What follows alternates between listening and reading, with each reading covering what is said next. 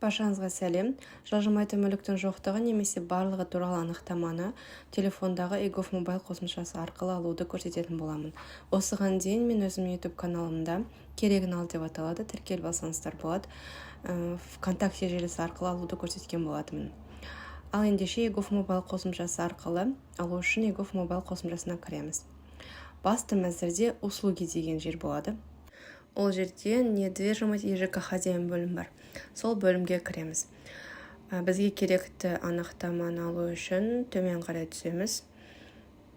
Анықтамаға өтініш беретін бөлім тауып аламыз. Мінекей, предоставление сведений об отсутствии или наличии недвижимого имущества деп тұрады. Сол бөлімге кіреміз үстін басу арқылы. Авторизация жасамаған екен, авторизация жасаймын қазір. Яғни бұл қосымшада біз тіркелген болсақ, 4 түрлі цифрлы таңбаны енгізу арқылы кіре аламыз. Қате көрсетілді. Окейді басып, қайтадан басып көремін.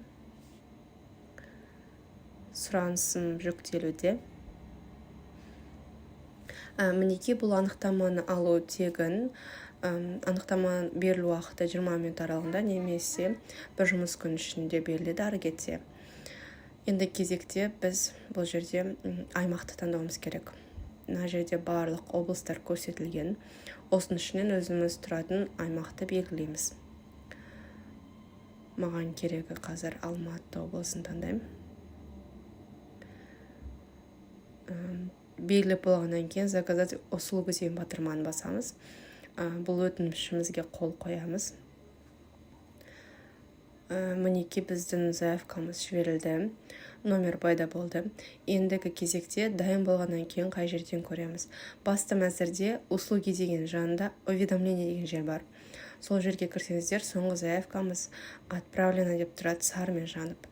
История изменения статус заявки деген жерге кірсеңіздер, қай уақытта құрылғаны, өтінішіміздің қашан жіберілгені және осы жерде дайын болған туралы көрсетіледі.